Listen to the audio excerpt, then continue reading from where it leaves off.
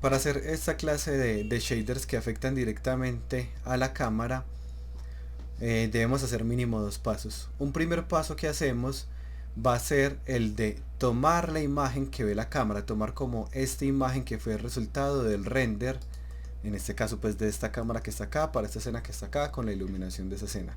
El render depende de esos elementos, entre otros pues los materiales, etcétera. El proceso final del render siempre va a ser una imagen bidimensional. Entonces esa imagen bidimensional, pues digamos es un poco redundante, todas las imágenes son bidimensionales, pero esa imagen que no es un objeto 3D, sino que va a ser 2D, va a estar en términos de píxeles, no en términos de polígonos o de vértices. Esa imagen, bueno, realmente en Texel, por ser sobre la GPU, en estos Texel de acá lo que vamos a hacer es que vamos a aplicar ciertas operaciones. Digamos, por ejemplo, yo podría decir, yo quiero que se vea mi juego en sepia, por ejemplo. Entonces lo podemos aplicar o podemos hacer un factor que me permita controlar qué tanto se ve de sepia o si se ve normal, podría ser como Alice o cuando la persona pausa se va a ver en sepia, entonces la persona presiona pausa y ya se viene por acá, etcétera. Y tengo pues como varios ejemplos de cosas que se pueden hacer. Acá por ejemplo ese sería un estilo más como caricaturizado.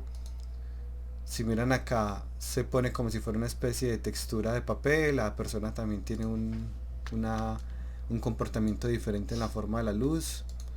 Y todos los objetos pues se están viendo así, si notan como con esa especie de textura de papel. Entonces hay una cantidad de, digamos, de modificaciones que podemos hacer cuando nosotros programamos nuestros propios shaders, que es bien interesante. Y aparte hay algo que nos permite y es darle como una especie de firma a los proyectos que desarrollamos. En el momento en que uno utiliza los shaders propios de Unity o los de la Access Store, que no está para nada mal, o sea, son muy bien hechos muchos de ellos, tiene varias desventajas. Primera, los shaders de postprocessing de Unity no son aptos para mobile. O sea, si ustedes quieren llevarse el postprocessing de Unity a un celular, van a tener un montón de dificultades por la forma en que están hechos. La forma en que están hechos los shaders de Unity es una forma en que están sacrificando optimización para ganar flexibilidad. Y eso tiene mucho sentido a nivel de nosotros los desarrolladores, que tengamos mucha flexibilidad, pero a la vez cuando queremos hacer algo mobile entonces tenemos un montón de inconvenientes. Pensemos en que el flujo cuando se trabaja con los shaders nativos de Unity es algo como esto. Entonces está toda la escena tridimensional, ¿cierto? O sea, por acá tenemos una escena 3D, una escena cualquiera.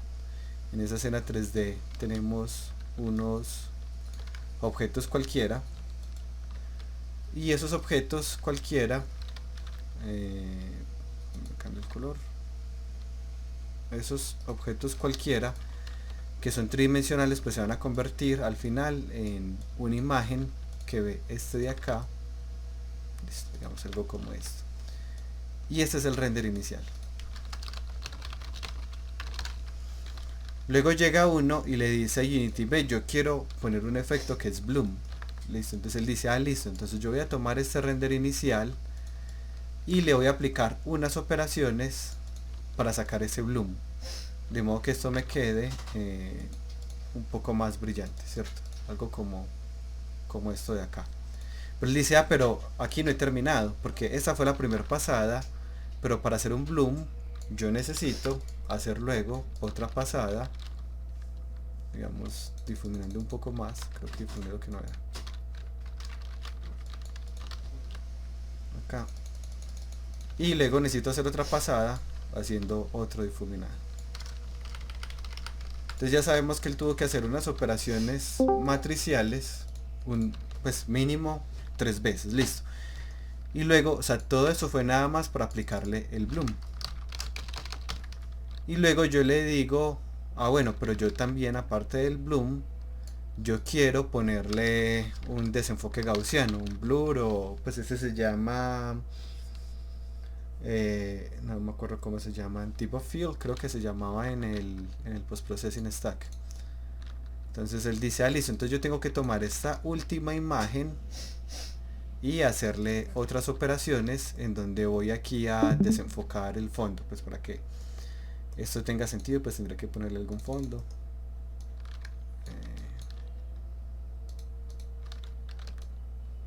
Cualquier cosa acá. Y él dice listo, se lo voy a desenfocar. Pero de acuerdo al parámetro que uno eligió, pues que uno elige como el tipo de lente que va a desenfocar, él no puede hacer un solo paso, sino que le toca hacer varios pasos. Entonces, si es un blur muy fuerte, él posiblemente le toque hacer 2 o 3 pasadas, pues ya depende de cómo es implementado, para poder lograr ese efecto. Entonces ya llevamos 6 pasos adicionales, nada más para 2 efectos. Y pensemos en que con cualquier otro efecto pasa esto. Entonces hay varias situaciones complejas con eso. Es que claro, es muy útil porque yo en cualquier momento activo o desactivo el post-processing.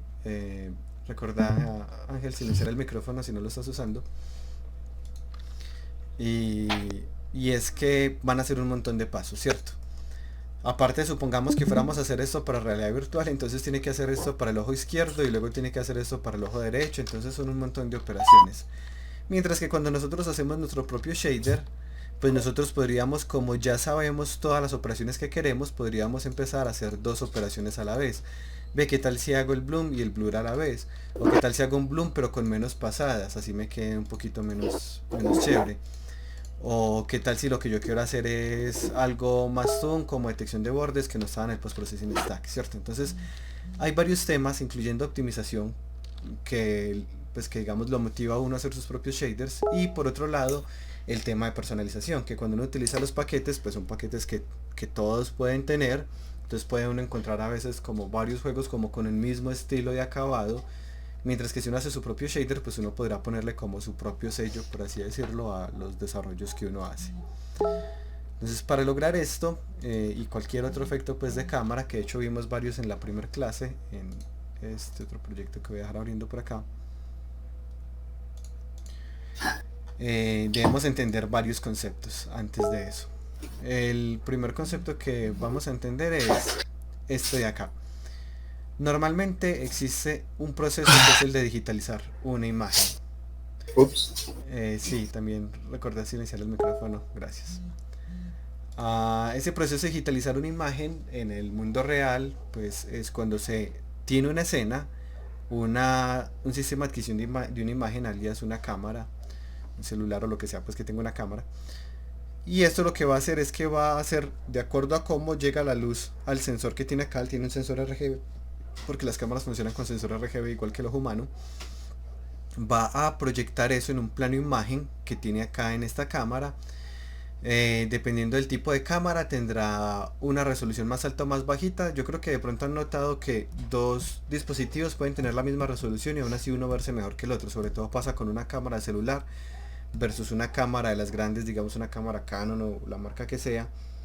A pesar de tener la misma resolución, la cámara grande se va a ver mejor, es porque la densidad en la que tienen que poner la densidad de sensores por metro es muy alta, entonces los sensores están muy juntos y la cantidad de luz que llega se tiene que compartir a todos. Como resultado, si hay muy poquita luz, todos se van a ver muy afectados, mientras que si la malla está más separada, la falta de luz va a afectar solo en unas zonas de pronto, en otras no tanto.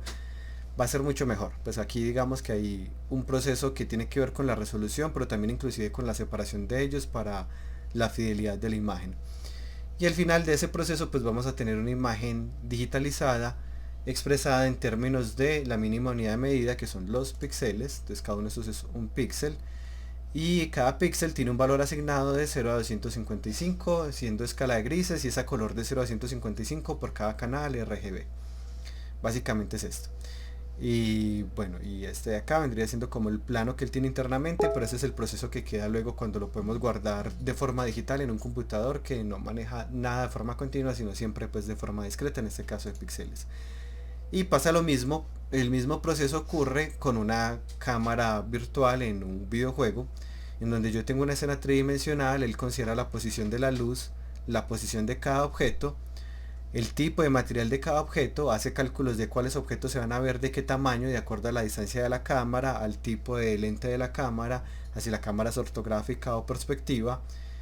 Y aparte de luego ubicar todos los objetos, va a mirar cómo se comporta cada píxel con base en la cantidad de luces que hayan. Recordemos cuando vimos modelo de luz que él hace un cálculo por cada píxel, por cada luz.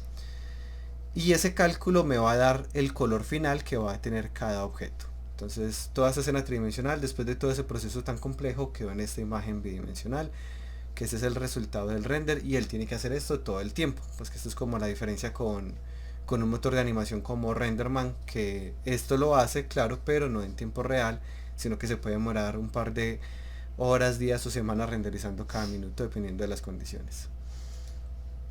Para que entendamos un poco cómo funciona el RGB, aunque esto ya lo deben tener todos muy claro, el RGB se comporta muy parecido a un vector.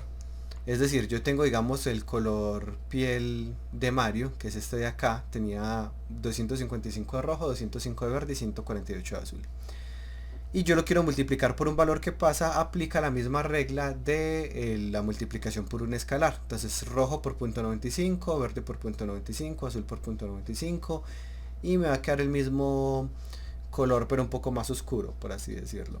Puedo hacer multiplicaciones y sumas. Yo puedo sumar, cuando yo sumo dos colores, lo que va a pasar es que se van a sumar canal a canal, se suma rojo con rojo, verde con verde, azul con azul. O puedo multiplicar y sumar. Aquí, por ejemplo, para sacar el promedio entre estos dos colores, hago esta operación de acá.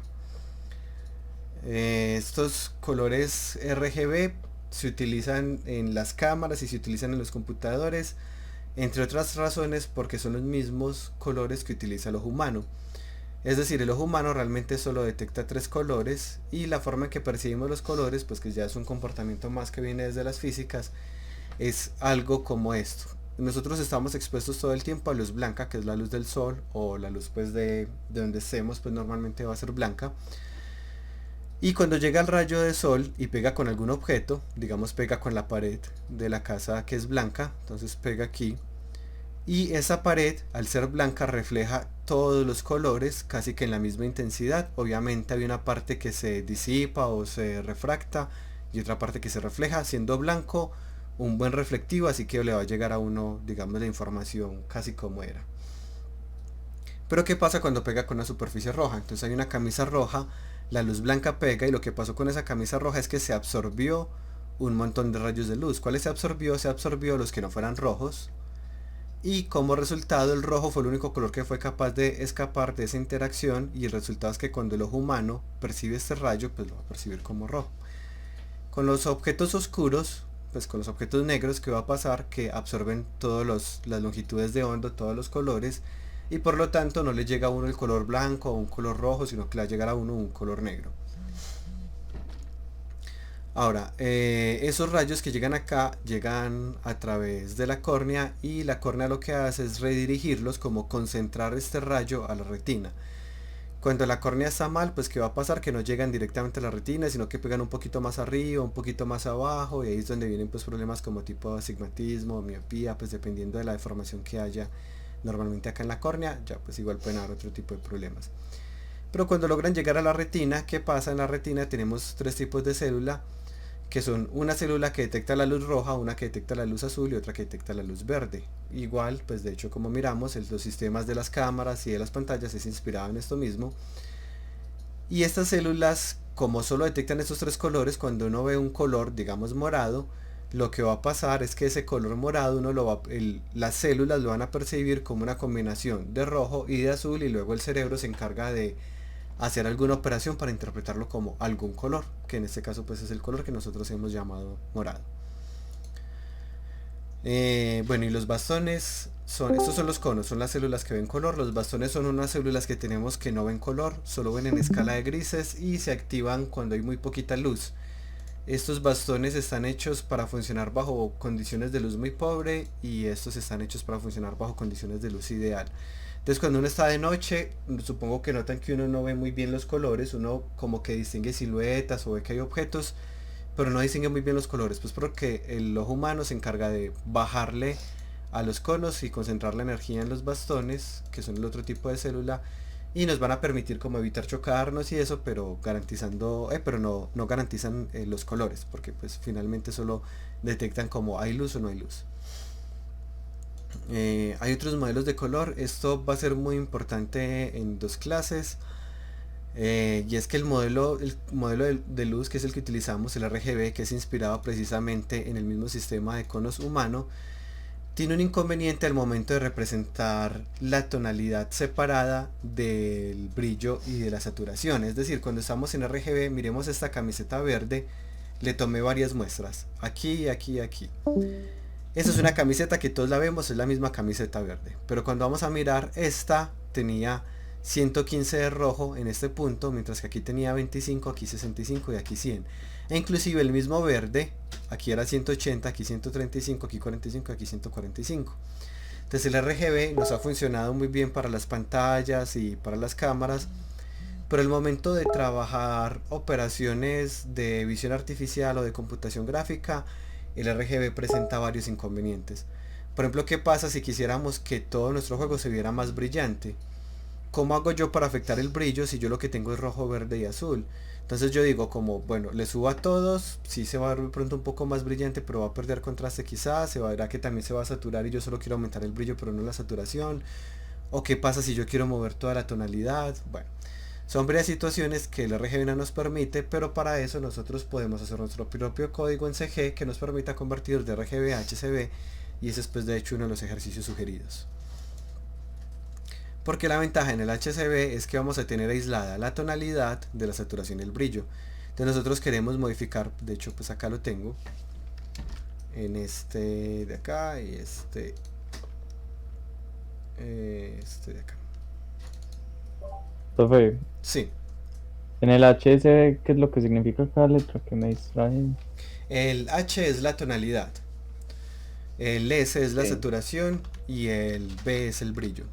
Pues de value El realmente, US. pero sí, pero está asociado a value, Ah, pero la forma, el comportamiento sería pues digamos el del brillo.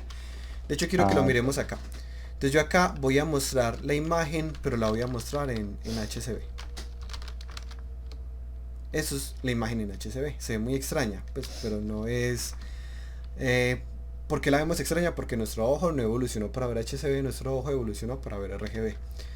Entonces voy a mostrar solo un canal. Voy a mostrar solo el canal de la saturación. Perdón, de la tonalidad. Entonces lo que estamos viendo acá es el canal de la tonalidad. Como están mapeadas las tonalidades, es que 0 son los objetos que son tirando a un rojo. Entonces por acá vemos estos objetos que son más rojizos, que se empiezan a acercar al negro. El azul tiene un valor como de 60 o algo así, dependiendo pues de la escala igual que se utilice. Entonces vemos que tiene un color diferente a el piso, que tiene una tonalidad diferente. Pues de hecho creemos acá un objeto verde.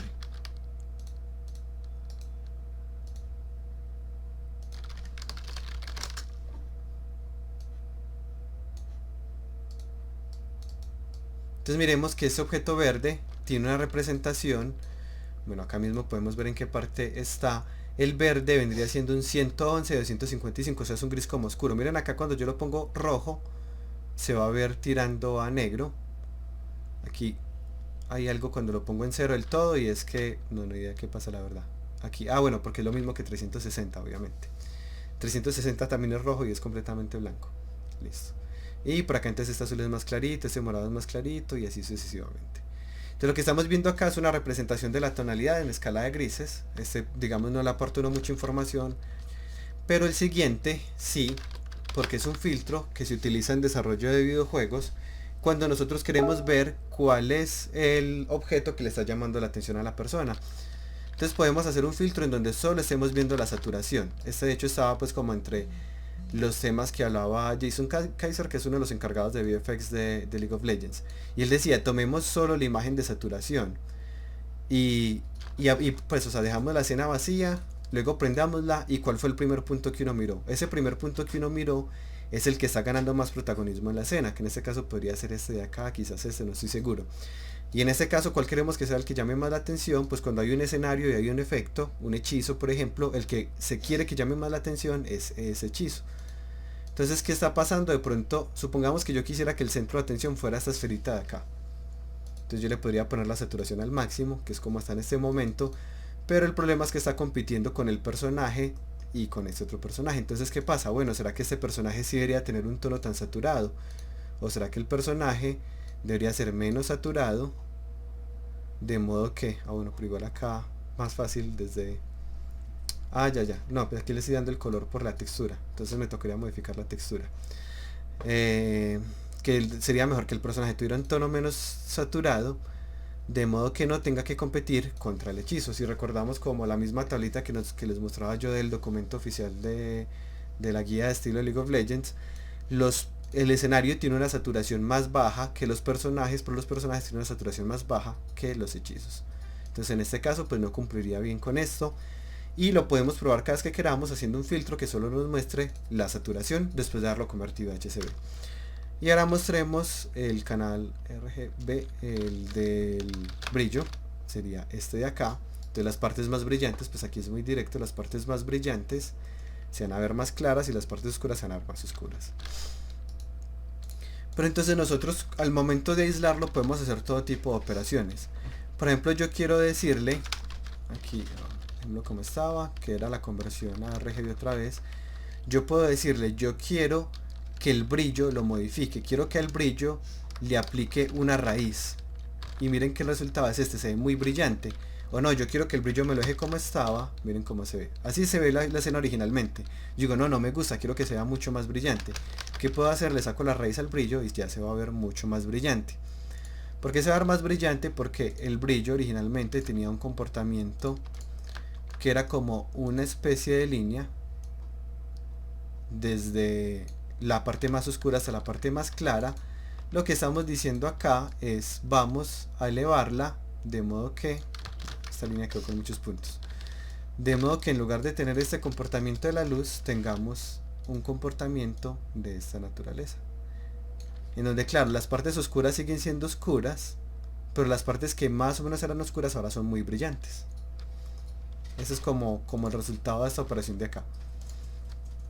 O yo le digo, no, pero yo quiero que también hayan bordes, entonces puedo calcular los bordes y decirle, résteme los bordes. No se llama así, o le comenté la línea. Aquí está.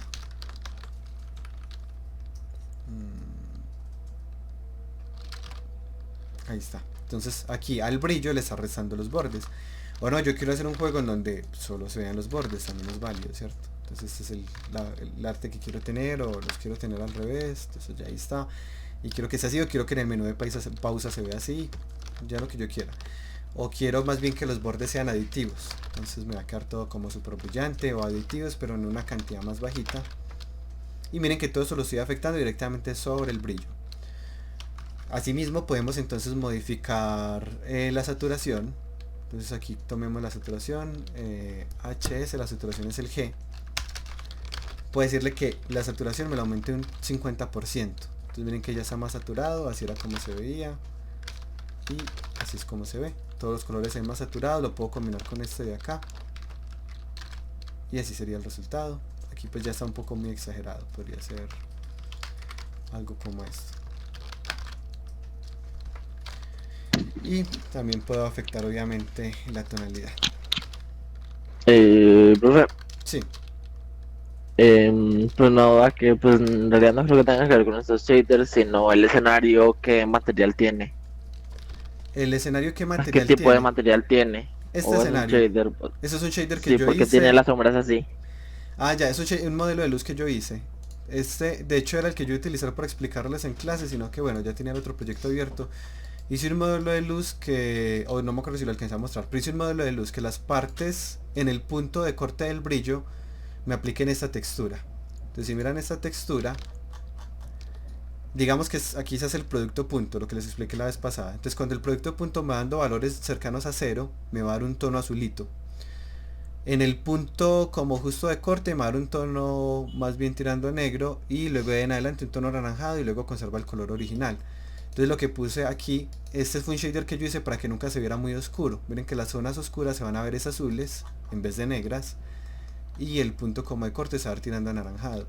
Fue un shader que hice para probar cómo se veía un modelo de luz propio que hiciera como esta clase de comportamiento, pero no es nada diferente a lo que vimos en la clase pasada. O sea, justo el tema pasado y uno de los ejercicios es hacer algo parecido a esto, solo que con una rampa pues toon para dar un efecto. No tengo ninguna rampa aquí. Esta, digamos, esto sería una rampa toon para hacer como más un corte brusco de sombra. O no hay sombra, o medio hay sombra, o está completamente blanco. Podría traerme un gradiente diferente y lo vemos funcionando. Esperen, yo yo aprovecho la pregunta y lo muestro acá con un gradiente diferente. Hagamos un gradiente que sea más toon.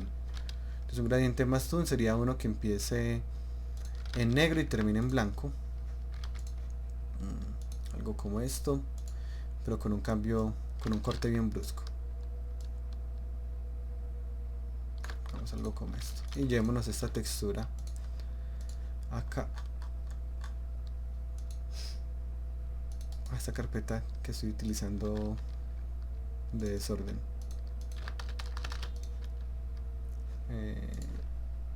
Entonces exportemos.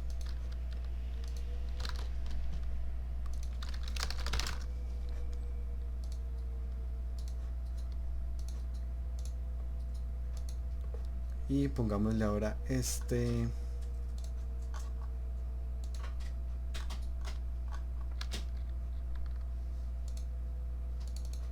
Al parecer no exporté lo que era.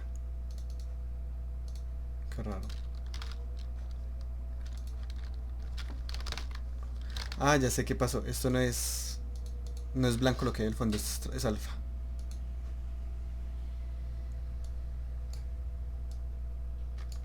Ya. Mi error.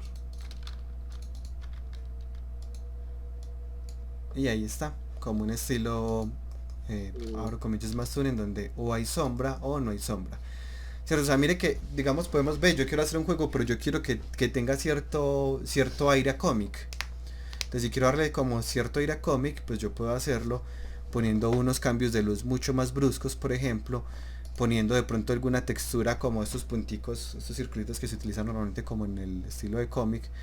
Y bueno, pues y ya unos colores también, digamos, un poco más discretos, unos colores también mucho más brillantes, etcétera, etcétera. Pero sí, o Profe, sea, sí. ese shader de cámara no es como el que tiene Borderlands. El Sí, o sea, la idea de hecho, pues cuando yo he hecho shaders, yo he mirado mucho referencia Borderlands, y ellos de hecho sacaron una conferencia donde explican un poco la forma que ellos lo hacen. Solo que el de ellos tiene más cositas, pues Borderlands le sacaron su buen ratico a hacer los shaders. Ellos pues no fue así como de buenas a primeras, pero realmente tuvieron que haber hecho buenas pruebas al momento.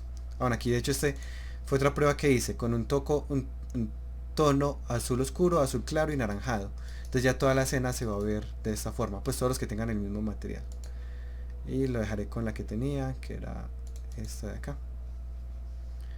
Y sigamos en la parte de la cámara. Entonces les estaba mostrando que en la cámara, bueno, no, antes sí quedó claro la pregunta, creo que fue Arisa el que me preguntó. Sí. Le hizo súper bien. Gato. Ahora aquí miremos que también puedo modificar la tonalidad. Le estoy diciendo a la tonalidad que sea 0.5. Entonces, ¿cuál es el resultado? Todavía hay brillo, todavía hay saturación, pero todo tiene la misma tonalidad. O le digo, no, yo quiero tener una tonalidad tirando a roja. Entonces ya todo se va a ver en escala de rojos. O yo puedo tener un desplazamiento. Aquí el problema con el desplazamiento que voy a hacer es que unas partes se van a dañar un poco. Digamos más igual. Voy a desplazar todo un poco hacia la derecha, toda la tonalidad. Y hagamos acá un clamp. Pues hagámoslo todo en la misma línea. De esto más 0.2 desde 0 hasta... O sea, súmele 0.2, pero si da más de 1, déjelo en 1. Y ahí tenemos toda la escena con un desplazamiento de tonalidad. Este desplazamiento de tonalidad está muy alto, uno más bajito, inclusive un poquitillo, ¿cierto? Pues, o podría uno modificar toda la tonalidad, creo que sería, no sé, ahí ya, sería como invertir los colores. O nuevamente, pues cualquier tipo de operación que se quieran imaginar. ¿Puedo invertir el brillo? Sí, claro que puedo invertir el brillo, pues lo que uno quiera. Esto va a ser 1 menos esto. Y ahí está. Las partes que eran sombra quedaron más brillantes y las partes que eran brillantes quedaron como sombra. Está proyectando unas sombras tirando blancas. Pero básicamente lo que quieran hacer. Entonces todo esto son operaciones que hacemos directamente sobre el render. Cuando trabajemos sobre el render Una recomendación que yo les hago es que tengan pues como a la mano un método que les permita convertir de RGB a HCB, porque da mucha flexibilidad al momento de hacer pruebas o de hacer shaders para ciertas modificaciones específicas que con RGB serían mucho más complejas. Hay otros modelos de color que se utilizan, como el JQ, se utilizaba en el formato de televisor NTSC, se utilizaba por la forma en que se comprimían los datos. Pues digamos que la forma, el procesamiento digital de imágenes ha evolucionado en varios aspectos. En detectar objetos, en modificar objetos, pues que son como los filtros de Snapchat, de Instagram, lo que sea. Pero también en la forma en que se transmiten los datos. Originalmente, transmitir datos, uno de los problemas más grandes era la cantidad de información. O sea, si pensamos en cuánto pesa transmitir una imagen, uno empieza a hacer cuentas y uno dice, bueno, voy a transmitir una imagen Full HD. Entonces son 1920 por 1080, creo que es. Sí. Súper bien. Y esto entonces es, hagamos por acá una calculadora, 1920 por 1080 por cada canal. Entonces es multiplicado por 3. Listo. Entonces esta es, y cada píxel tiene un valor de 0 a 255, es decir, que cabe en un byte. Un byte son 8 bits, ¿cierto? O multiplicado por 8, o lo dejo en términos de bytes, no multiplico por nada.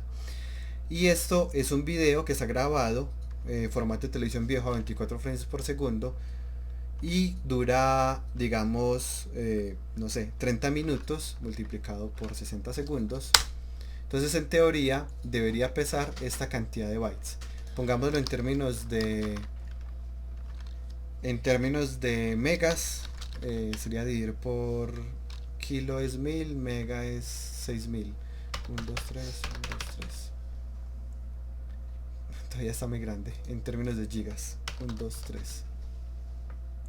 Entonces pesaría supuestamente 268 gigas un video de solo 30 minutos grabado apenas a 24 frames por segundo, que sea pues obviamente Full HD. Y un video no pesa esto, ¿cierto? Pesa bastante, pero no pesa esto.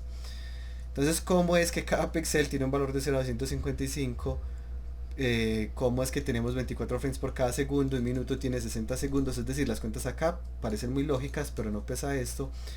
Es porque también uno de los fuertes que ha trabajado el procesamiento digital de imágenes, o la visión artificial, o el nombre que le quieran dar, ha sido en cómo hacemos para transmitir información, pero que nos cueste menos en términos de cantidad de información o de ancho de banda transmitirlo. Entonces hay varios protocolos. Por ejemplo, ¿qué tal si yo solo transmito lo que cambie? Entonces se utilizaba mucho en los noticieros. Entonces en el noticiero el fondo siempre estaba quieto. Entonces lo que pasaba con el video es que solo estaba como grabando la parte de los reporteros, y si ellos se movían como que se mandaban esos cambios de información y ya el resto se permanecía igual. Entonces bueno, pues entre tantos pasos de la evolución de la visión artificial, había un modelo de color que se utilizaba, que era JQ, por el formato de televisor. Actualmente pues no es un modelo que se utilice. Sin embargo, es el modelo que vamos a utilizar cuando queremos dar el efecto de sepia que les mostré ahorita, que pues me parece algo como interesante. El CMYK es el que utilizamos para las impresoras, porque por el hecho de que las tintas que se utilizan son cian, magenta y amarillo, pero eso ya es más, tiene que ver es como con propiedades físicas de estos colores sobre el papel. Pero no conozco ningún uso en videojuegos, al menos no en la parte de shaders. Si lo hay, no puedo decir que no haya, no lo conozco.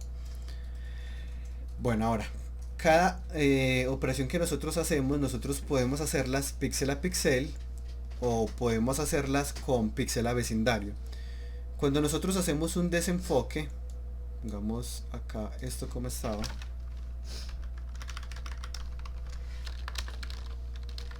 aquí está la imagen original.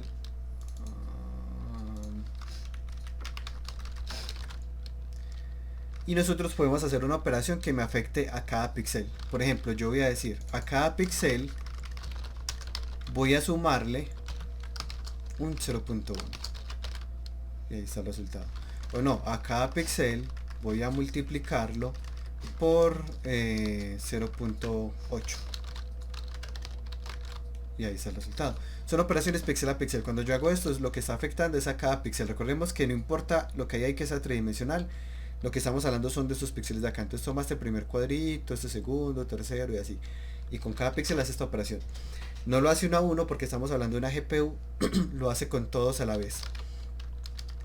Entonces ya aquí, como lo hizo con todos a la vez, todos los píxeles los multiplicó por 0.8. Pero hay otros tipos de operaciones que no pueden ser píxel a píxel, sino que necesitan hacer un análisis de todo el vecindario. Un ejemplo de eso es el desenfoque.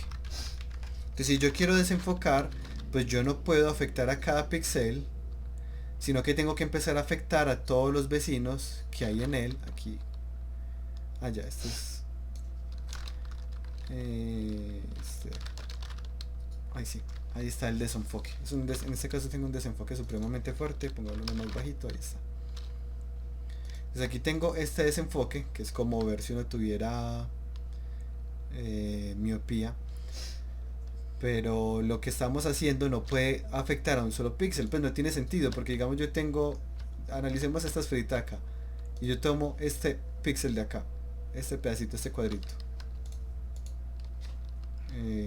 Yo como hago para con solo este cuadrito desenfocarlo, o sea, no puedo, porque él es un único valor, él vale, no sé, un 200, un 100, lo que sea, no tiene sentido desenfocarlo. Cuando yo quiero desenfocar, yo tengo que pararme en este vecino, este vecino, este vecino y este vecino, y decirle a este píxel de acá de la mitad, es que usted ya no vale lo que usted valió originalmente, sino que usted se va a ver afectado un pedacito por él, un pedacito por él, otro por él y otro por él. Eso si trabajo con vecinos 4, si trabajo con vecinos 8, pues serán más, porque también se tomaron estos de acá. Inclusive puedo tomar un vecindario más grande, computacionalmente es más costoso, pero el blur se va a ver mejor. Entonces ya sabemos que hay operaciones píxel a píxel o operaciones vecindario píxel. Las píxel a píxel son muy sencillo porque literalmente es multiplique, sume o resto lo que quiera hacer y ya, no hay nada más. En las que son con vecindarios hay otro concepto que es el de kernel, pero lo vamos a ver más adelante. Justo ahorita pues es un poco complejo tocar ese tema. Profe, Sí. perdón, te pregunto, ¿lo que estás haciendo ahí es sobre un script de shader que le sacas material y se la pones encima de la cámara, o estoy equivocado? Es un poco como eso, pero no es ponerle un render texture, ponerle un material, sino que ya los motores de videojuegos tienen una forma nativa de uno, de alguna forma, obtener ese render que está ocurriendo. Para yo no tener que ir a modificar un material, porque, bueno, internamente no se está modificando un material, pero no es como estos materiales que uno ve acá en la escena, como cualquier material de acá, sino que es un material que uno queda, entre comillas, oculto, en el que quedó renderizado esto y uno lo modifica, pero la forma de obtener ese material es a través de una operación que se llama bleed, que la vamos a ver en un momentico. Entonces por eso hay dos pasos, como un script de C# que nos permite acceder a la cámara y un shader de CG. Ya igual estamos a una diapositiva de llegar ahí. Aquí en la operación píxel a píxel, supongamos que le quiero le quiero multiplicar por un valor y sumar un valor. Este es un filtro que se utiliza de ecualización de histograma o de mejora de contraste y brillo. Entonces cada píxel simplemente pues es una proporción lineal o no lineal de su píxel correspondiente. La gorra se calculó con la gorra, este pedacito de ojo se calculó con este pedacito de ojo y así sucesivamente. Ahora sí, la parte de miremos cómo es el código en CG. Vamos a hacerlo utilizando shaders nativos. Aquí no utilizamos Shader Lab ni nada, sino que utilizamos el shader nativo. Con la diferencia del shader nativo, pues el shader nativo empieza donde dice CG Program y termina donde dice en CG. En estas partes pues de acá para arriba sí es propiamente Unity, que es la parte de las propiedades. Y que podemos tener varios subshaders. Entonces en este caso vamos a llamar que la operación de los píxeles es esta que llamamos acá frag. Y en este frag vamos a recibir un parámetro que es una estructura que ya tiene declarada internamente aquí Unity CG Inc. Bueno, entonces esto es nativo hasta cierto punto, pues porque estoy utilizando una estructura de ellos, pero si quieren borran esta línea y crean su propia estructura, no hay ningún problema. Es un poco como lo que veíamos de los shaders nativos, de que uno creaba sus propias estructuras. Acá pues por facilidad utilicé la propia de Unity. Entonces esta es una estructura que ya Unity tiene declarada. Y en esa estructura hay muchas ventajas porque Unity ya nos deja acceder a cada píxel con esta estructura que está acá. Entonces yo hago el text 2D de main text. Main text es una palabra reservada, muy importante. O sea, yo la declaré acá como una propiedad, la declaré acá como una variable, pero esta es una palabra reservada que se refiere a lo que renderiza la cámara, al render de la cámara. Y ese render de la cámara lo tengo que mapear a un float, como siempre lo hemos hecho. Y acá lo que estoy haciendo es que estoy tomando el float que quedó resultado del render de esta cámara, lo estoy multiplicando por 1.5 y lo estoy retornando. Y ya, eso es todo. Pero este shader no va a funcionar a menos de que tengamos el acceso a la cámara. Entonces en este caso creo un shader que se llama obtener cámara. Le estoy diciendo que se ejecute en edit mode, de modo que sin darle play podamos ver cómo funciona el shader. Y acá lo que tengo es que vamos a crear un singleton de un material. Esto lo que nos va a permitir es que no se cree un material cada vez que yo vaya a utilizar esto, sino que siempre utilice el mismo. En este caso, entonces, si el material es nulo, pues crea un material. Este material se está creando con una particularidad, y es que no se va a mostrar en el inspector ni se va a guardar, y no tiene sentido que se guarde porque este es un material temporal que estamos creando para guardar lo que ve la cámara todo el tiempo. Una vez yo quite el play, una vez cierre el juego, pues ese material puede destruirse, que de hecho es lo que está acá. Cuando se desactiva, se destruye el material. Y este material, ¿cómo vamos a decirle que obtenga lo que ve la cámara? Entonces hay unos eventos propios del juego. Por ejemplo, nosotros conocemos ya muchos eventos. Nosotros conocemos onCollision Enter, onCollision Stay, onCollision Exit. Conocemos onMouseOver, onMouseEnter, etc. Son eventos nativos de Unity. Entre esos eventos hay un evento que se llama onRenderImage. Tengan en cuenta que este evento no existe en el modo HDRP ni en el modo URP. Para hacer shaders para esos dos modos toca hacer una operación diferente. Es posible, sí, pero no es este código que estamos viendo acá en este momentico.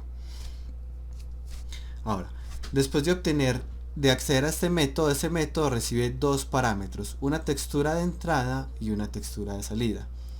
Esa textura de entrada y esa textura de salida la vamos a aplicar a una operación que se llama graphics.bleed, que es que va a tomar esta imagen de entrada y le va a aplicar el shader que tengamos en este material y lo va a retornar como la imagen de salida, que es lo que se va a proyectar sobre el plano imagen o sobre la cámara final que ve el usuario.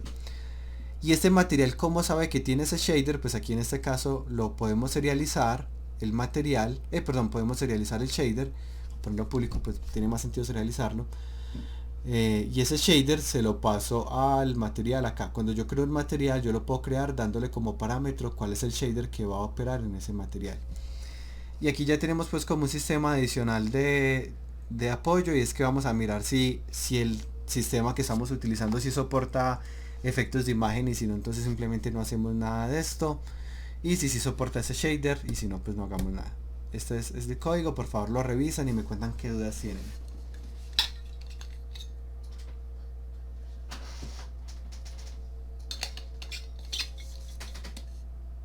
¿Cómo se utilizarían estos eventos que hay del render pipeline, bueno, sí, no sé, pues de lo del deferred, forward, todo eso?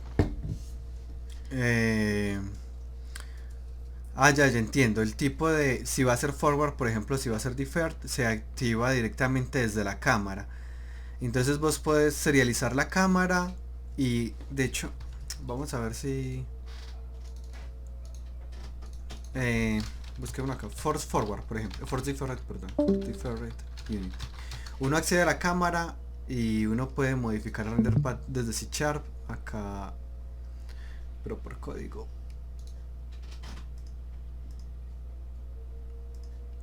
Y si no, me va a tocar mirar el ejemplo que tengo hecho. Hagámoslo por acá. Creo que en este lo tengo. Y ahorita le respondo esa pregunta. Sigamos acá.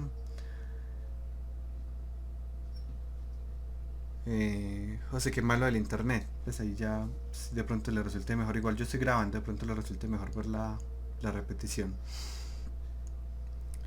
Porque acá realmente como lo que estamos afectando es el plano imagen, no tiene una relación directa con el modo de renderizado.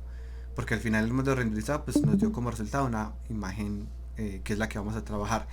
Que si nos vamos a ver afectados, y es que si nosotros queremos utilizar la cámara de profundidad como lo estoy yo haciendo acá, que estoy utilizando, mostrando esta máscara, esta cámara de profundidad, perdón, la estoy utilizando, mostrémosla de hecho, para que veamos cómo funciona. Guardémosla aquí.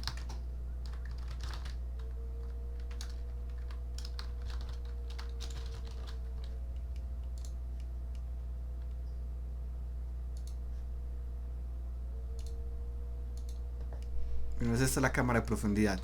La cámara de profundidad no la renderiza en todos los modos de renderizado. Dependiendo del modo renderizado, él solo va a renderizar la cámara RGB. Entonces lo que nos pregunta Sergio es, bueno, yo cómo puedo, digamos, forzar el modo defer que va a garantizar que esta cámara de profundidad sí se esté renderizando. Entonces hay un código que me va a tocar buscar, a ver, Unity Projects, AYC,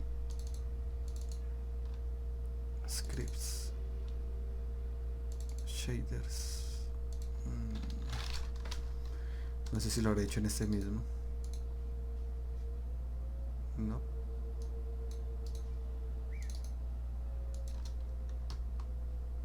Aquí está. Entonces, en este caso lo hice en este mismo. Lo que hacemos es que le decimos obtenga el componente de la cámara y vamos a forzar, vamos a cambiar el modo de la cámara a que sí renderice la cámara de profundidad, por ejemplo. Texture, ya no recuerdo por qué era este parámetro, realmente este código lo hice hace mucho ratico, pero sí podemos forzarle que renderice la cámara de profundidad con esta línea de acá, en donde la cámara de profundidad uno la puede utilizar o para cámara de profundidad o la puede utilizar para guardar otra información como la información del movimiento o creo que inclusive las tangentes, no recuerdo bien. Es como, digamos, Unity puede renderizar dos imágenes, la normal es RGB, puedo parar ahí o puedo renderizar otra, en esa otra yo que puedo guardar la cámara de profundidad o puedo guardar una imagen asociada al movimiento o puedo guardar las tangentes, etcétera, etcétera. Aquí lo estoy forzando a que utilice el de profundidad. Y de hecho aquí estoy utilizando algo diferente, no estoy utilizando el bleed, sino que estoy utilizando el onPreRenderer y el onPostRenderer. Que es diferente, pues estoy utilizando el bleed, perdón, pero no el evento de onRenderImage. Este es un poco diferente, no he probado cuál funciona más rápido, la verdad. No sabría cuál funciona mejor. Sé que pues por temas del código, pues ese es el más fácil de explicar. No sé, Sergio, si queda un poco más claro lo que me preguntaba de cambiar el modo que es a través de la cámara y no del shader. Sí. Ya tocaría Sí, ya buscar la entiendo. documentación específica pues para Yep. cada uno, pero bueno, pues vemos que es algo no tan diferente a esto. Listo. Ahora miremos acá. Ya tenemos nuestro shader muy parecido a lo que hemos hecho todo el tiempo y ahora pues hay unos retos normalmente que les ponía acá. En este caso pues nuevamente todo pasa a ser opcional y es para entender el concepto de pixel. Aquí de hecho que está...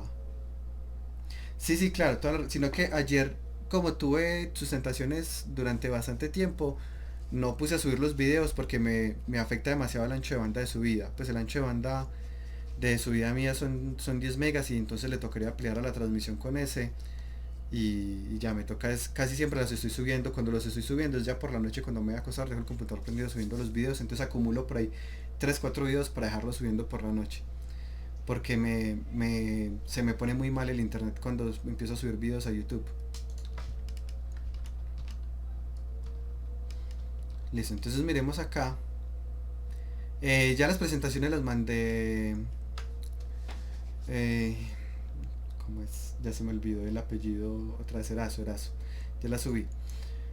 Porque las subí aquí mismo en el canal de...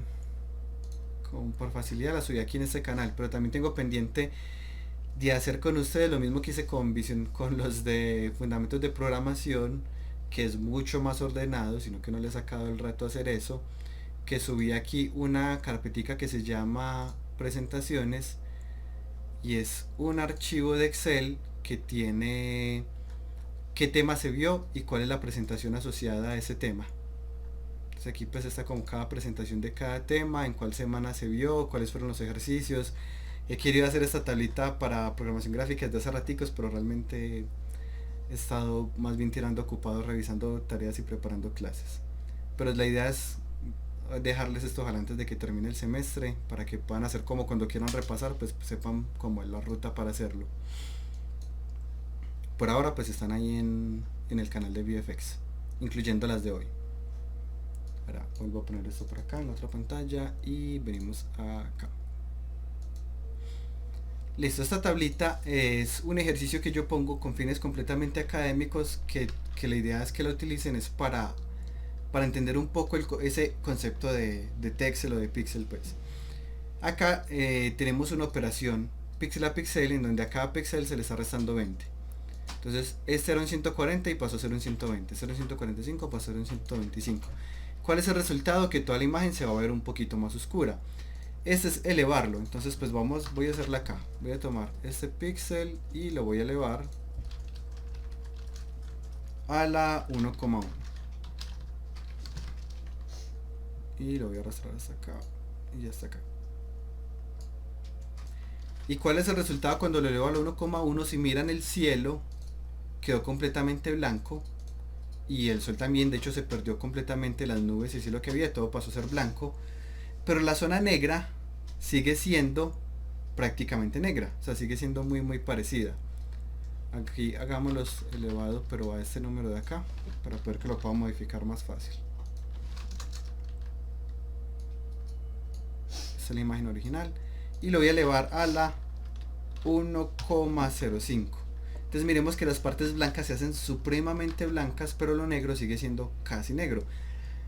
Por ejemplo, este originalmente tenía un 10 y quedó con un 36, mientras que este tenía un 235 y quedó en un 336. Quedó supremamente... perdón, este tenía un 255 y quedó en 336 y este tenía un 30 y quedó en 36. Este solo subió 6 unidades, mientras que este subió más de 50 unidades.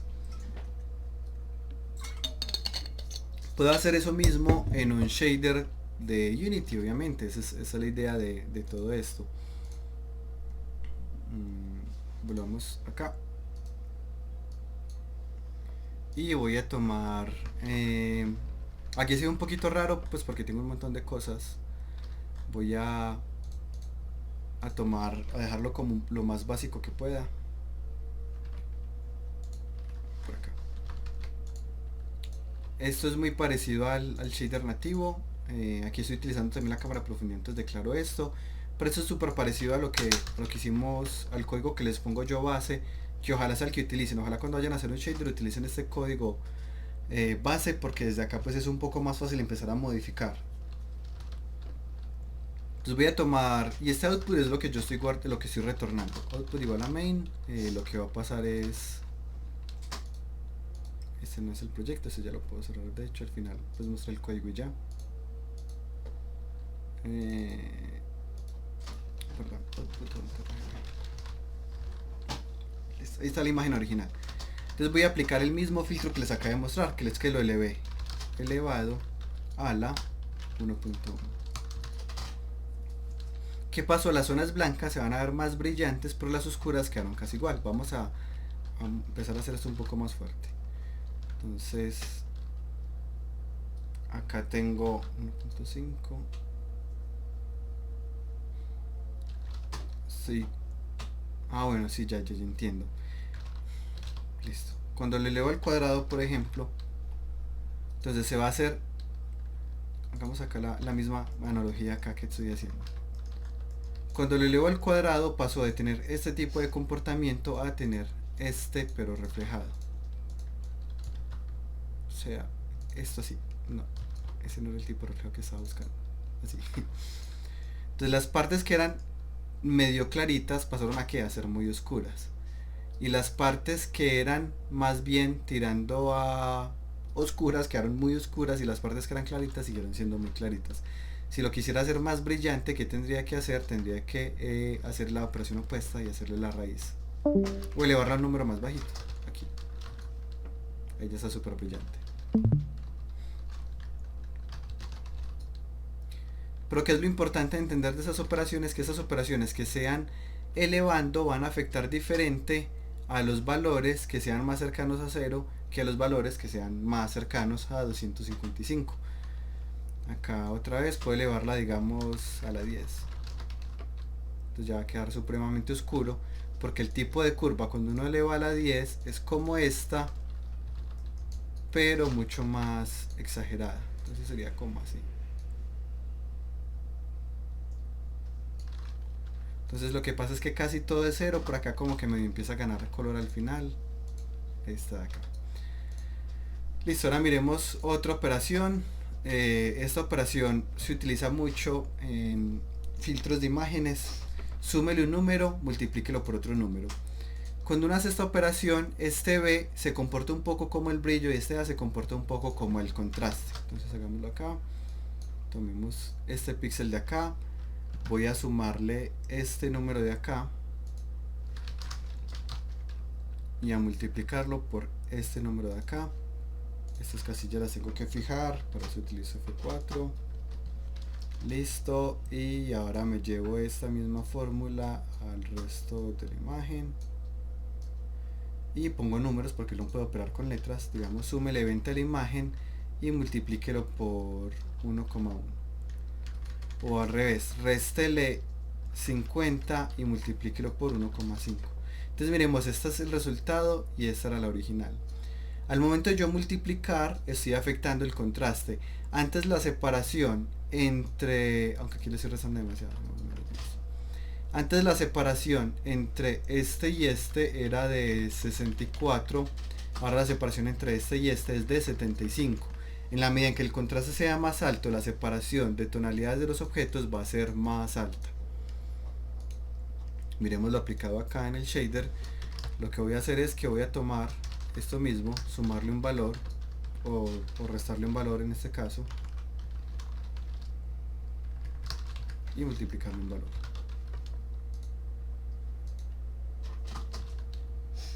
Y algo salió mal. Claro, eso tendría.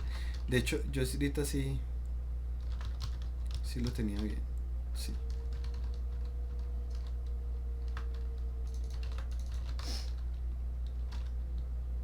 Ahí está, ahí le aumenté el contraste y le bajé el brillo y le aumenté el contraste. Podemos ver cómo se ve originalmente, se viera así. Y aquí está el resultado. De hecho, después de que uno le pone un shader, uno se acostumbra tanto que ya uno ve el modo de render de Unity normal y le parece que se viera opaco. Pero no es que sea opaco, pues es que simplemente uno ya se acostumbra al otro shader que uno le acaba de poner. O bueno, no, le voy a aumentar el brillo, entre comillas, pues ya sabemos que para el brillo bien trabajado tendríamos que trabajar en HCB. Y también el contraste, aquí está, etcétera, etcétera. Entonces bueno, y aquí hay otras operaciones que podemos ver.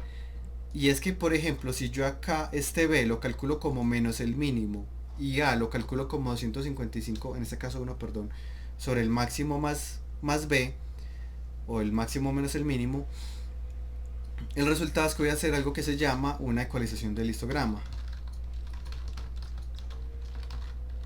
Y es que voy a aprovechar al máximo el espacio de color que se puede utilizar. Digamos, pasa con las fotos muy viejas. La foto muy vieja, esta de acá, estaba concentrada en esta zona.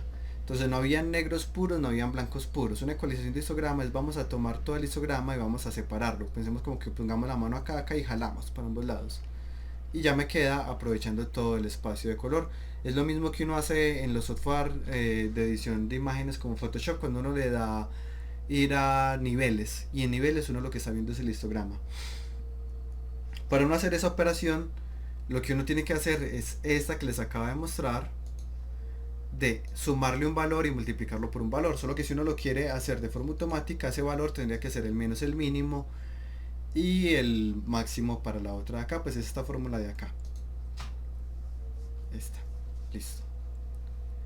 Ahora siguiendo acá con la presentación, hay unos retos que les dejaba, ojalá los pues se animen a hacerlos, y es que tomen este shader de acá y apliquen esos mismos filtros que acabamos de hacer en Excel. Y luego otro diferente es, bueno, ¿y qué tal si lo convertimos a escala de grises? Para convertir a escala de grises se multiplica rojo por esto, más verde por esto, más azul por esto, y me va a dar la imagen en escala de grises. ¿Alguna pregunta hasta ahí?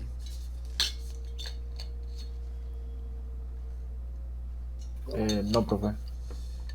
Listo, súper bien, igual. Tengo aquí el canal de chat por si acaso. Bueno. Y la segunda tanda de ejercicios que venía normalmente era esta de acá. Vamos a convertir a sepia, vamos a resaltar un color, vamos a emular una temperatura multiplicando por un color, vamos a convertir a HCB, este es más difícil. Convertir a HCB es más difícil porque cuando miramos cómo se convierte RGB a HCB, la fórmula no es tan sencilla. De hecho, aquí está, Castro está conectado en ese momento. Pues veo que Sí, está aquí en el... estoy. Sí, listo. ¿Se acuerda cómo les fue con la conversión de de RGB a HCB? Uy, yo me acuerdo que ese fue de los temas más abstractos para todo el mundo. Sí, y la implementación de código era larga, pues, o sea, no era así súper sencillito. Sí, pero una Eh, vez uno lo implementaba, pues ya era fácil tocarlo después. sí, esa es la ventaja. Entonces, si miramos acá, lo que nos dicen es que esta es la fórmula para convertir. Entonces, para encontrar el H, lo encontramos de esta forma, luego el B de esta forma, etcétera, etcétera. Pueden buscar un código ya hecho y empezar a convertirlo, ¿cierto? Pues como lo consideren más fácil. Pero no es así como súper sencillo. El espacio de color HCB ya les expliqué como las utilidades que tiene. Cuando uno mira las fórmulas de conversión uno dice, pero por qué la fórmula es tan difícil? O sea, ¿por qué la fórmula tiene este montón de situaciones? Y es que esta es una conversión que no es una conversión lineal. Cuando convertimos un cubo en un cono, la conversión que tenemos que hacer no es una conversión sencilla, no es una conversión lineal, es una conversión que implica unas operaciones para unos casos específicos, por eso es que tienen acá esta H separada en diferentes situaciones. Y esas diferentes situaciones de hecho pues uno las puede interpretar como condicionales, por ejemplo. Bueno, ya lo harán en su momento cuando quieran hacer este código, que es uno de los ejercicios sugeridos. El que sí voy a hacer en este momento como ejemplo es el de convertir a sepia, que normalmente es un ejercicio, pero lo voy a hacer acá de una vez. Entonces nos dicen acá, para convertir a sepia creemos un shader. Voy a tomar este shader que tengo acá, lo voy a duplicar, lo voy a llamar sepia. Y ese código de acá lo voy a... No necesito eso, limpiar un poco. Es que es más, solo necesito... Estos son los kernel. Solamente esta parte de acá.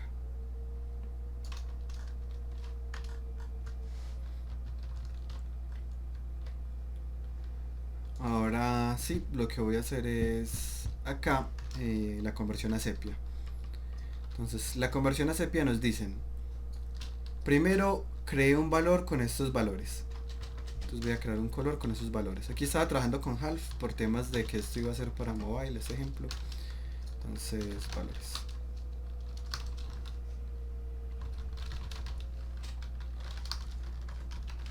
...191... menos 0.54 y menos 0.221. Listo. Siguiente paso para convertir a sepia, vamos a convertir la imagen al sistema JK. Entonces busquemos cómo se convierte RGB a JK, a JQ, perdón, JQ. Y nos muestran aquí una matriz. Esta matriz es la forma en que convertimos. Esto como se interpreta, que el Y va a ser esto multiplicado por R, este multiplicado por G y este multiplicado por B. Y el I va a ser ese multiplicado por R, este por G, este por B. Pero de la conversión a JQ yo solo necesito la Y. Pues cuando yo miro el enunciado solo estoy utilizando la Y. Entonces solo voy a utilizar la Y. Entonces voy a multiplicar 0, va a ser esto. Y igual, el puntico, Y va a ser igual a 0.299 por R. R es realmente main.r más 0.587 por G y así sucesivamente, pero en este caso, si miramos aquí, esto es lo mismo que un producto punto. Rojo por rojo, verde por verde, azul por azul, o I por I, J por J y K por K. Entonces más bien creemos acá un vector con estos valores.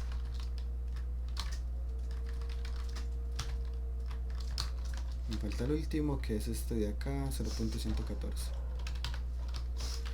Y le vamos a hacer a esto un producto punto entre este vector que acaba de crear y la imagen original. Listo. Y ya tengo entonces los valores que me pedían en el enunciado y el Y. Y lo que me dice el ejercicio es, vamos a sumar el valor creado en el paso 1, que es este de acá, con el valor de Y. Entonces la salida va a ser Y más valores. Y cuando aplico este filtro, que llame sepia, acá, ahí está, ya se ve en sepia la imagen. Ahora, y yo como sabía que para yo convertir a sepia pues tenía que hacer esto. En este caso lo saqué de hecho de este en particular lo saqué de un libro de visión artificial en una parte de filtros. Entonces pues en este caso pues fue un tema de mera coincidencia. Pues yo tengo libros de visión artificial porque yo dicto el curso de visión artificial y es pues de hecho un tema que me gusta bastante. Y estaba repasando la parte de filtros y bueno, esos valores obviamente los tuve que normalizar porque en los libros de visión artificial siempre hablan de 0 a 255, pero bueno, pues ahí ya se entiende pues que simplemente 10 sobre 255. Y bueno, y asimismo hay muchos filtros que uno quiere hacer que realmente uno los puede sacar es de temas propiamente de visión artificial o de artículos que han producido en el tema y luego uno los implementa. Así que me van a preguntar. ¿Dónde hiciste el curso? No, pero yo he hecho muchos. Yo sé que uno de mis favoritos de visión artificial fue de un autor que se llama González, visión artificial.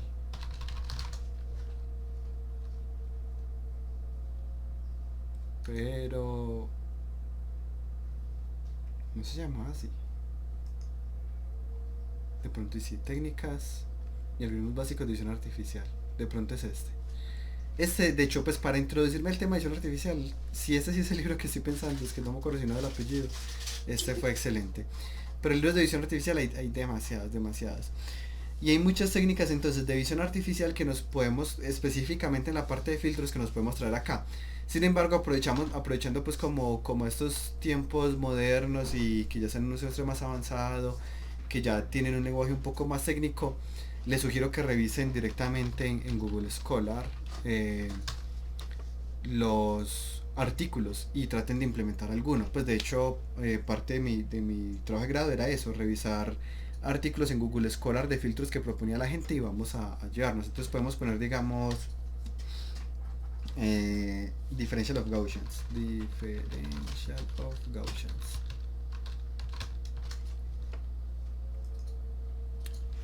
Pongamos acá más una palabra clave que va a ser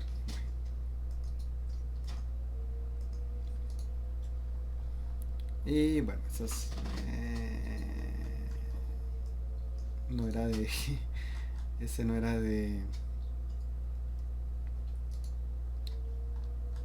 lo que esperaba. A ver, sí, este de acá por ejemplo, ahí no puedo hacerle suma a las imágenes. ¿Qué es esto? Bueno, esto fue bien triste. Differential of Gaussians es el filtro uno de los filtros que utiliza Photoshop para detectar bordes. Y de hecho ellos sacaron un artículo al respecto. Para hacer una detección de bordes más pulida que la que uno haría con otros filtros, ellos utilizaron diferencias gaussianas. Y sacaron un artículo bien interesante. Uno de los que tienen artículos, ya sé cuál tema, por ejemplo, Painterly.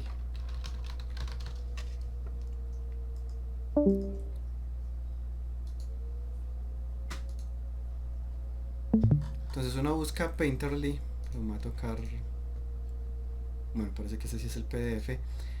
Painterly es el proceso de que las imágenes renderizadas se vean como si fueran pintura.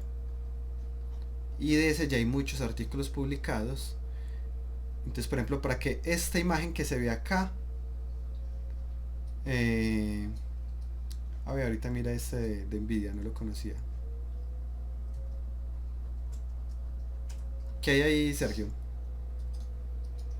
Pues explican como muchas partes como teóricas de varios tipos de implementaciones que pueden existir. Ah, También súper a bien, veces pues muestran como los códigos y qué tal. gracias. Creo que eso está implementado en CG, si no estoy mal. Sí, sí, si es de Nvidia, es CG. Nvidia obviamente apoya su propio lenguaje que es CG. Vale.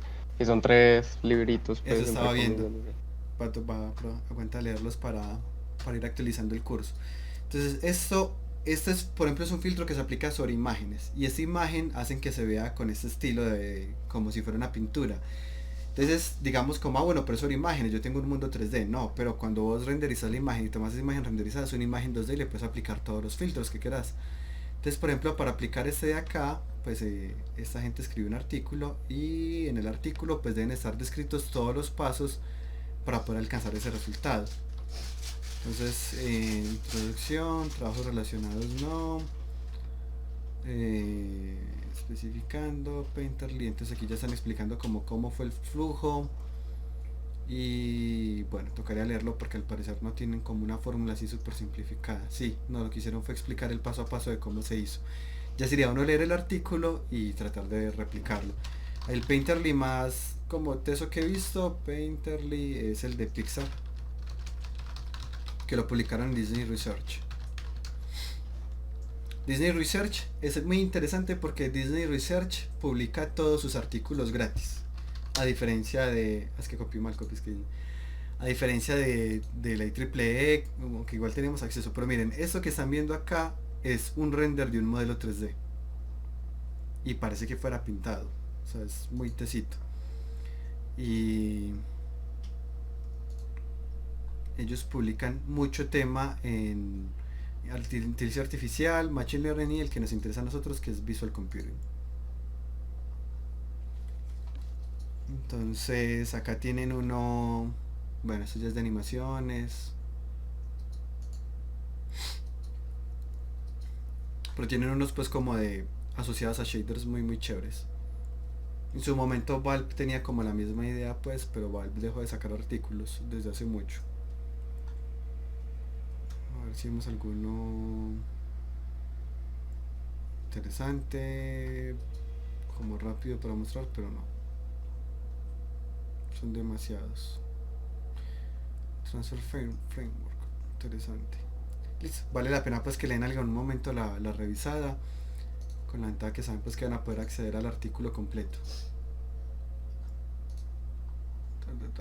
Bueno, pues si ellos obviamente han investigado muchos, pues porque ellos están trabajando mucho en... Hay un tema que se ha trabajado mucho últimamente y es denoising. Y ellos han trabajado varios artículos de denoising. Denoising ha ganado mucha fuerza, muchas técnicas de denoising rápido, porque cuando se trabaja en ray tracing, la imagen resultado del ray tracing es supremamente ruidosa porque los rayos que se utilizan para ray tracing son aleatorios. Entonces, gracias a eso se empezó a hacer súper popular el tema de denoising, de cómo quitar el ruido para utilizarlo, por ejemplo, en ray tracing.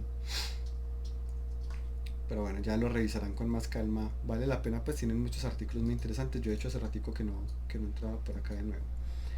Y entre esos tienen como ese estilo renderizado de Painterly. Y acá explicarán pues como todos los detalles de todo lo que se estaba haciendo. Acá por ejemplo explican un poco sobre las capas del orden de renderizado, perdón, que les puede presentar unos errores. Bueno, es muy chévere. Yo me acuerdo que este de hecho fue uno de los que yo leí en su momento. Y aquí muestran a cuántos FPS estaba corriendo, por ejemplo, en... ¿Será que este es Unity el motor? No sé, no suelen ser unidades, no hay ni idea. Para leer. Bueno. Y ya el hecho pues es poder darle como un estilo único al juego. Aquí por ejemplo pusimos el de sepia. Y de hecho hay paquetes, pues personas que se dedican a sacar paquetes de esto. Hay uno de hecho ya de Painterly. No me gustó de hecho el resultado. Pude hacer mejor. Pero bueno. Entonces también igual otro tema interesante es que pueden sacar un shader propio Painterly. y este shader propio poner la tienda si quisieran. Este es el que les decía, para que parezca como si fuera pintado. Entonces esto es una escena 3D, pero se ve como si fuera así. Aunque en este de hecho se ve un poco mejor. Y ya pueden sacar entonces todo un juego, pero que todo el estilo parezca, no sé, una pintura, un cómic o una entrada de una pintura y se vea así por un ratico, luego se ve normal, todo lo que quieran hacer. Listo, estos son como los códigos base. Nuevamente pues para que aprendan esto, lo ideal es que lo practiquen, hay varios ejercicios sugeridos. Y ya en la, no recuerdo si alcanzamos a tener más clases en ese momento, connotación, sí. Y en la próxima clase que tenemos ya seguimos viendo, claro, nos falta todavía el tema muy importante de kernel para poder hacer las operaciones de vecindario pixel, y aquí seguimos trabajando ese mismo tema porque es larguito. Listo, súper bien, ya por hoy terminamos. Cualquier duda que tengan me la van haciendo por el canal de VFX. Profe, una Sí. pregunta. Sí. ¿Para qué se iban a utilizar los shaders en HLSL que nos habías dicho al principio de la clase, de la materia? En HCL es para conectarlo con el Post-Processing Stack. Si alcanzamos en la última clase lo vemos, porque cuando uno utiliza la versión, o sea, ¿qué pasa si yo quiero utilizar Post-Processing Stack porque quiero hacer un Bloom? Pero también quiero utilizar mi propio filtro, entonces yo no puedo hacer como mi propio script porque yo tengo que conectarme con el flujo de pipeline del Post-Processing Stack. Entonces lo que uno hace es crear su propio script, su propio shader, le hace un código